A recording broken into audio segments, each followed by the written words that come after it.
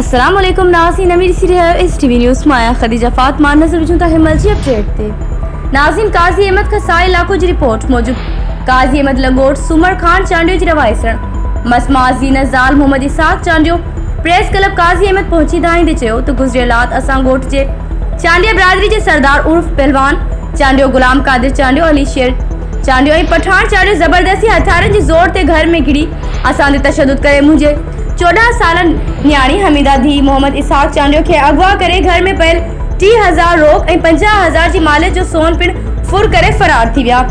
Jain ji report असां काज़ी अहमद थाणे ते दाख़िल पिण कराई आहे पर पुलिस छोकरी बाज़ियाब न कराई सघिया। असां SSP शहीद बेनज़राबाद SHO काज़ी अहमद के अपील था करियूं त असां की छोकरी बाज़ियाब कराए ऐं फुर करे रक़म सोन वापस कराए असां सां इंसाफ़ कयो वञे।